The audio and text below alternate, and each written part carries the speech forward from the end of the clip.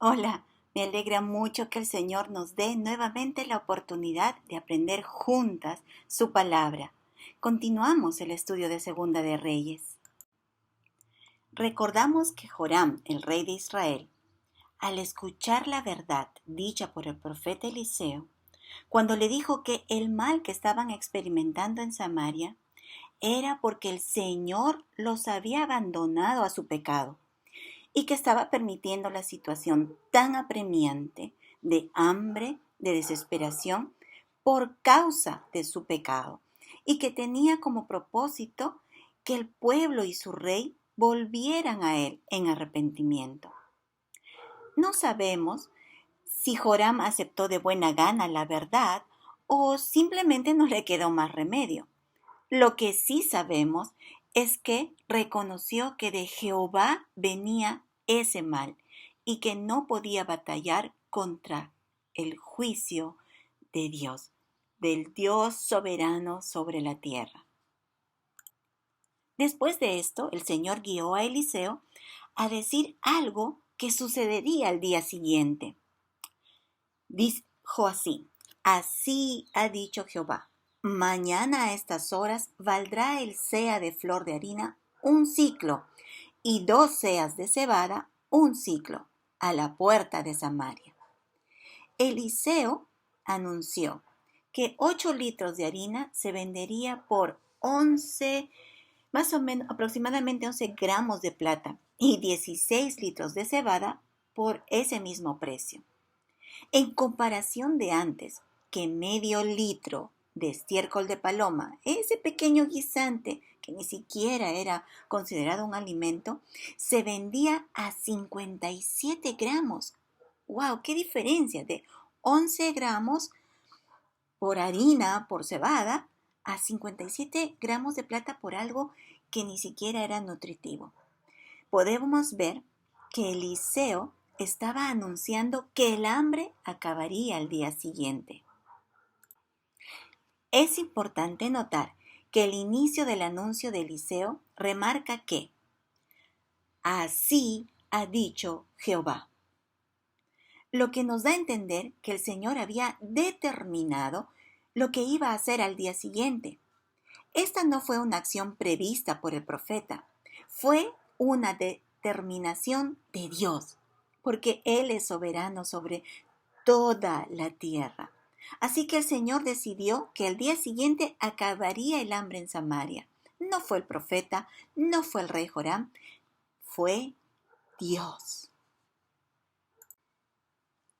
El Señor, en su enorme misericordia, quiso que el juicio justo sobre Samaria llegara a su fin. Pero un consejero del rey Joram cuestionó lo dicho por el profeta, diciendo: si Jehová hiciese ahora ventanas en el cielo, ¿sería esto así?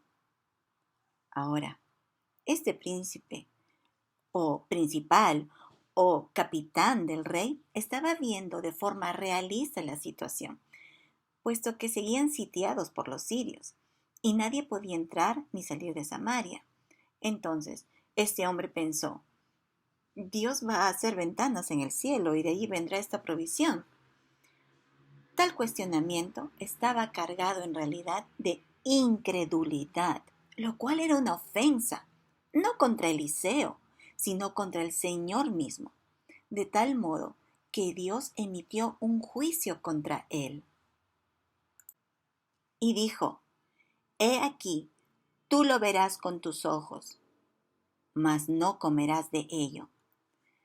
Muchas veces las circunstancias, según nosotras, las vemos de manera realista, pero en verdad nuestra meditación puede estar cargada de incredulidad. Podemos estar pasando una dificultad económica muy apremiante, muy fuerte, pero viene a nuestra mente las promesas del Señor, tal como: no he visto a justo desamparado ni a su descendencia que mendigue pan. O cuando el Señor dice que valemos más que los pajarillos y las flores del campo, que Él cuida de ellos. Y nos señala que valemos más para Él. ¿Y acaso no nos ha de sustentar? Pero nuevamente vemos la realidad y dudamos que el Señor cumplirá sus promesas. Y esto más bien puede estar deteniendo su mano bondadosa rodeada de enorme misericordia. Es mejor confiar completamente en las promesas del Señor, que en el Señor Jesucristo nuestro Salvador son sí, y en Él amén. Vemos luego que en la entrada de la puerta de Samaria vivían 4 leprosos. Habían sido excluidos de la ciudad por su enfermedad. Ellos, en su condición desesperada, pensaron que sí, trataban de entrar a la ciudad o se quedaban donde estaban, igualmente morirían de hambre. Así que solo les quedaba morir. Por lo tanto, arriesgarse a ir al campamento de los sirios daba igual, pues si le perdonaban la vida, continuarían con su condición, y si no, morirían por mano de los sirios. No cambiaría nada en su destino. Así que se levantaron al anochecer para ir al campamento de los sirios, y cuando llegaron, no vieron a nadie allí. El Señor había hecho que los sirios huyesen, pensando que el rey de Israel, Joram, había contratado al ejército eteo y egipcio contra el campamento sirio, puesto que oyeron un gran estruendo como de un gran ejército que se les venía encima, y dejaron el campamento tal como estaba, dejando todas sus provisiones y animales de carga e incluso de transporte. Huyeron para salvar sus vidas.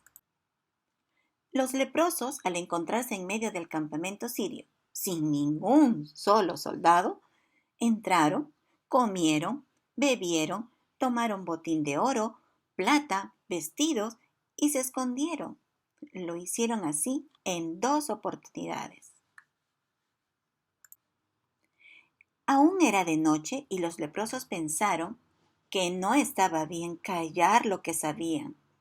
Temieron al Señor, que no los vería con buenos ojos y los castigaría si no daban a conocer al rey lo que habían descubierto.